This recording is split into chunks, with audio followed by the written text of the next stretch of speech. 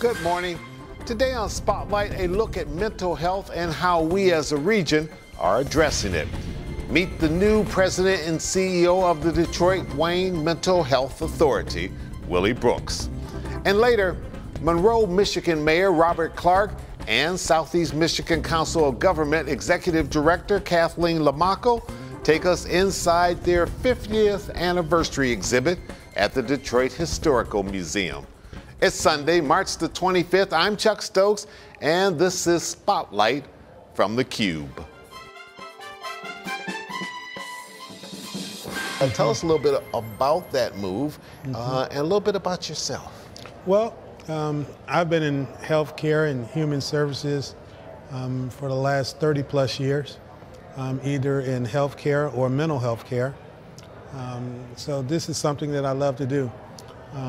I love the community mental health system, and I was able to do quite a bit, in my 6 years in Oakland.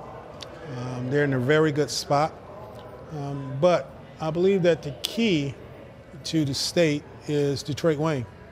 25% of the total funding and people served are right here. So taking some of the things that I was able to accomplish in Oakland and bringing them here, I thought it was an opportunity that I just couldn't turn down. I think the average person would clearly say we aren't putting enough money into our roads, and we see it with all the potholes. Is mental health a similar situation for the state?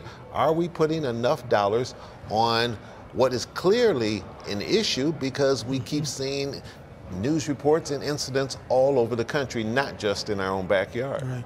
Well, not only are we not putting enough dollars in, but we're actually reducing a lot of dollars in some key areas, such as, there's a big struggle with the general funds in the state. Yes. And we've seen dramatic reductions in general fund dollars, which allows us to do things such as some of our jail correction and jail diversion programs. A lot of our school programs, we have a presence in over 70 schools in Wayne County, and most of that is done by general fund dollars. And we've seen reductions at a peak in 2010 of $322 million, all the way down now to $120 million in general funds. And what the general fund dollars do is they allow us to do those specialty type things that normal Medicaid dollars cannot cover, such as the school programs and the jail programs. Yeah, and I keep hearing that it's the neighborhood programs, it's those clinics that are closest to the people, that people are more apt to go to, that are getting shut down, Yes. and therefore the access to good mental health care is not available. That is correct. And that allows us to actually invest in people at an early stage, because most people are not aware of all the backgrounds of mental illness until they hear something on that's being reported of a mass shooting or something Right. like that. But mental illness is something that people deal with every day. When you take in consideration that 1 out of every 5 individuals have some type of mental illness, that means just about every family can relate directly to mental illness. And when treated earlier, when giving the proper attention, many people can live normal lives. All right, we need to take a little break. When we come back, I want to talk about some of those stereotypes, some of those stigmas, Yes. whether or not we're making progress with that. And also this whole battle that we have about violence, particularly violence in schools. Are we adequately addressing it if we don't adequately address what's happening in mental health as well? Very good. We'll be right back. We hope you stay with us.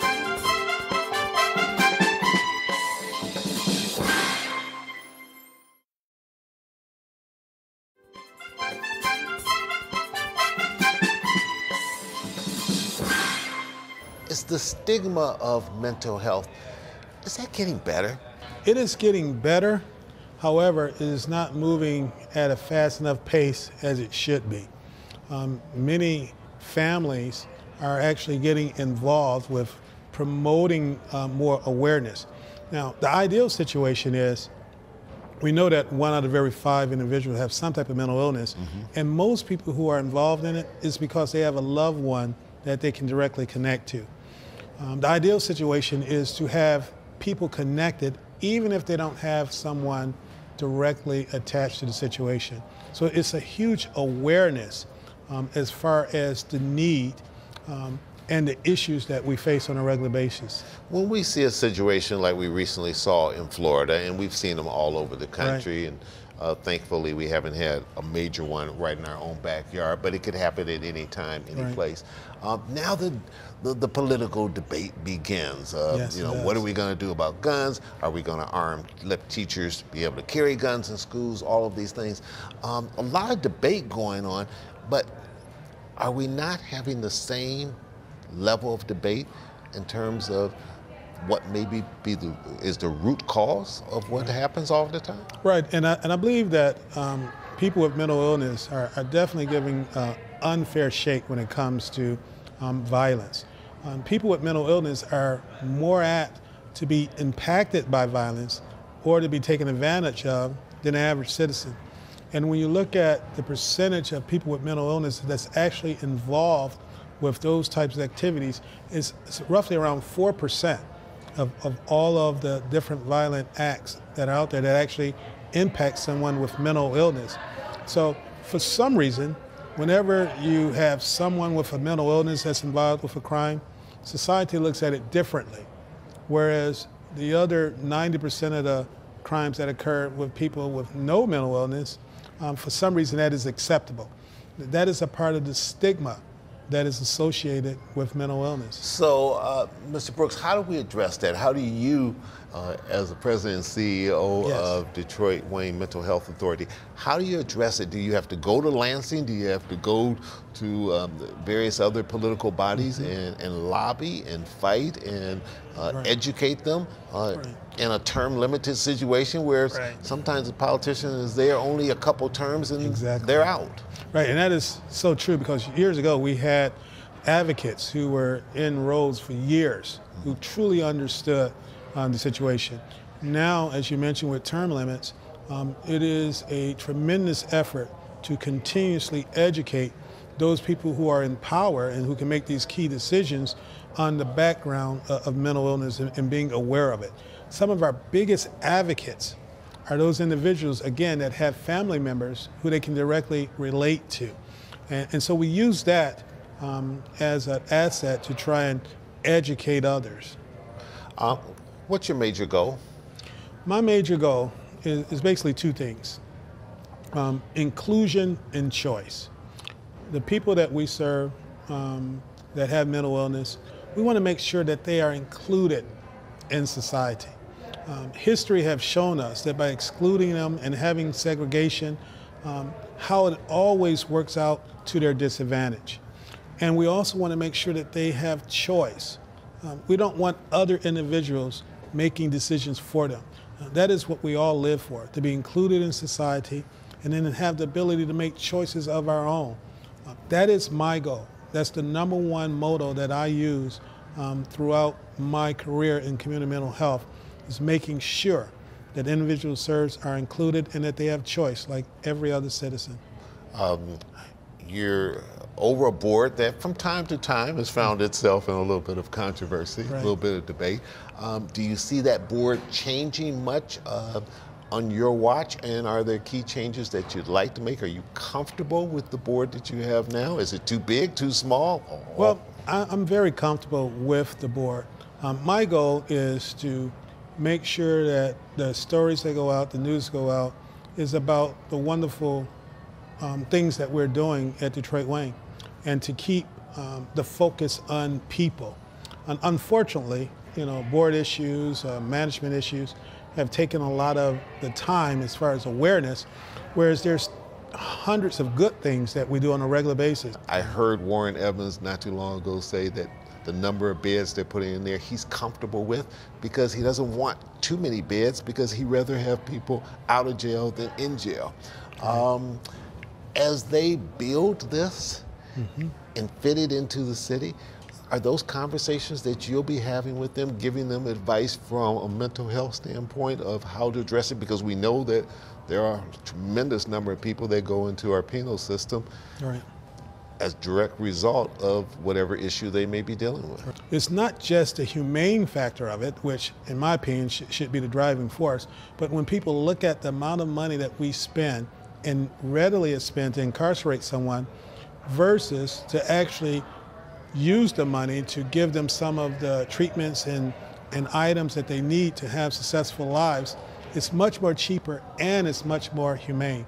So we have to look at that as a balance. Whenever you see people with mental illness with a high hospitalization rate and a high incarceration rate, that tells us that we're not treating the real issue.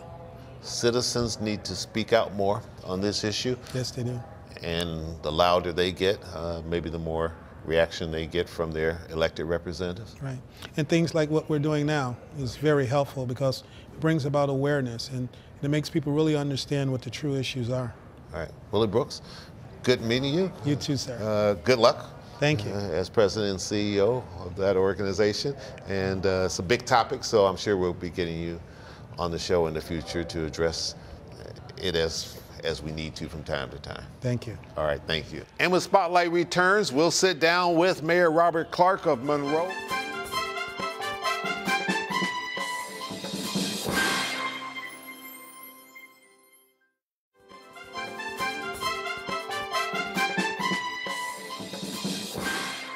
Mayor Clark, as we stand here inside the Detroit Historical Museum, big exhibit for SEMCOG.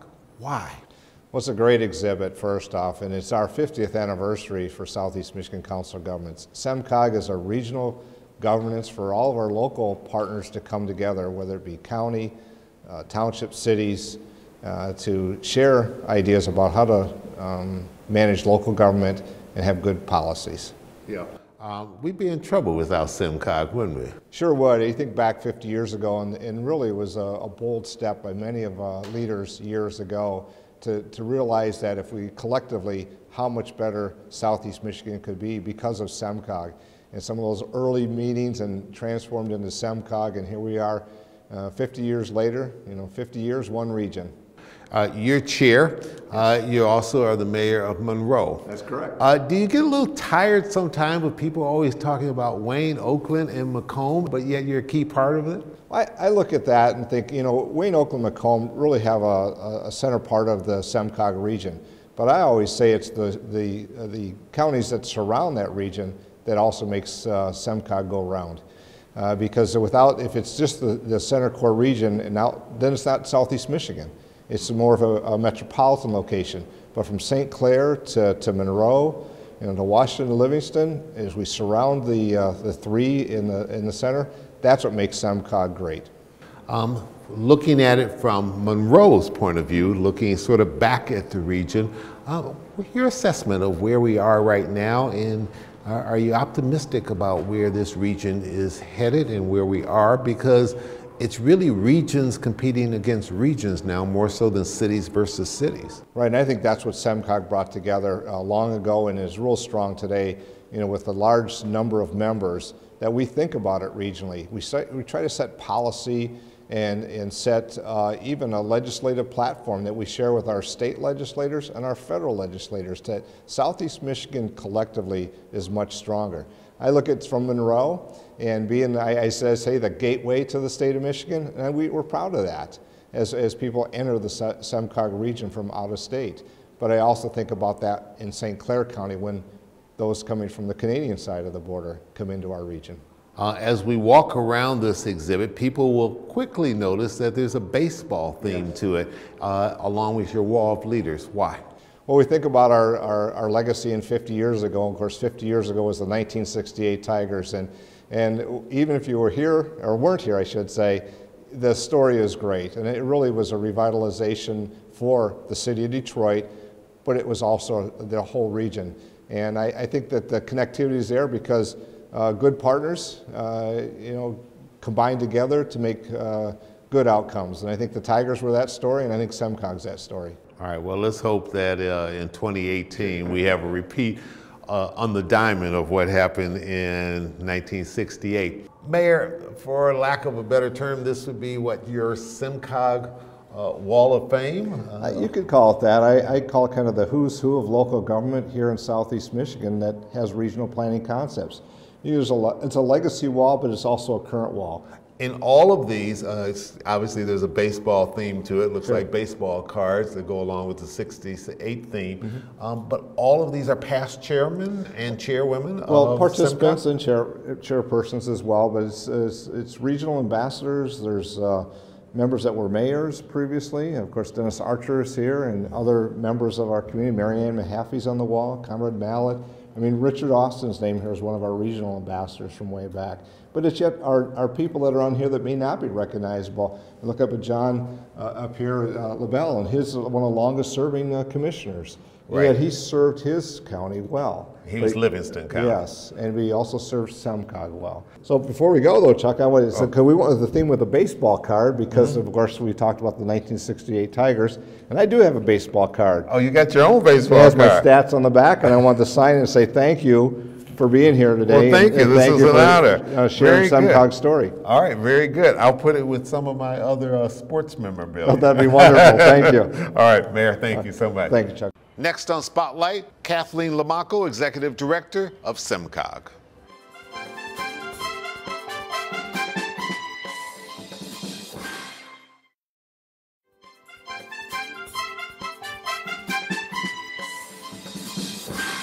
As we stand here in this SEMCOG exhibit, it will probably make people walk through and say, why SEMCOG? And your answer would be? My answer would be that there's lots of things that no one government can do alone. And so we're the vehicle where they can work together to plan for the future, implement programs for the future. How much has SEMCOG and how much has the region changed in the last 50 years? Well, in terms of SEMCOG, we've changed in that when we first started, there were 60 or 70 local governments that were interested in coming together to plan for our future. Now we have elected officials from 171 local governments that sit down together and talk about what do we need to do together to make this region a good place to live, to work, and to have a good quality of life. When SEMCOG does its best work, is that usually very quiet and one that doesn't garner a tremendous amount of fanfare or attention from the public? Well, I'll answer that in two ways. First of all, I mean, we work for local governments and local elected officials, and our work moves forward best when they decide to champion that work. So we provide data and information and provide a foundation for them to make decisions together. But ultimately, it works best when once we reach decisions, they're the ones that are championing them. And you mentioned data. Data really drives the work that SEMCOG does in many respects, correct? Yeah, it provides the foundation. When we decide to address an issue, for example, water quality, well, what's the first thing we want to find out? We want to know, what is the water quality? Where is water located? Where are our wastewater treatment plants? So we find that that's the place to start our work. How gutsy was it to start SEMCOG? And it was controversial, I understand, when the idea first came up. Absolutely. I think people felt like they were giving up their local authority, and I think what we're finding is there's an increased recognition that we will prosper more if we work together, and that if the region prospers, each of the local governments prosper.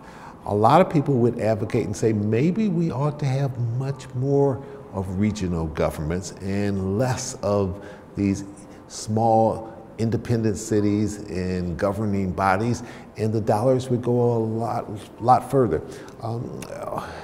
Your thoughts on that? Well, we're big advocates of local government, and local government where they know the issues and concerns of their citizens best. That said, we know that they need to work together, and we help them do that. A lot of our work focuses on trying to help local government be more efficient, more effective. They understand that their roads cross jurisdictional boundaries, their rivers and streams cross jurisdictional boundaries, Parks need to connect with each other regardless of who owns them. So I think we're a way that allows that to happen. I was digging through some stuff not too long ago. I ran across your magazine, SEMCOG magazine, and on the cover from 2001 was Improving Transit in Southeast Michigan, a Framework for Action. There's also one about the 2025 Regional Transit Plan for Southeast Michigan. And then in 2000, the cover was Water Quality, the Important Role of Local Governments. So there'll be some who say, we've been talking about roads and transit and water quality for a long time. Are we really making Absolutely. improvements? I mean, planning is a process, and each of these plans accomplish certain things, and then they identify other things we need to look at. For example, in the area of water, early on our water plans focused on what do we need to do at wastewater treatment plants and what do we need to do in industry.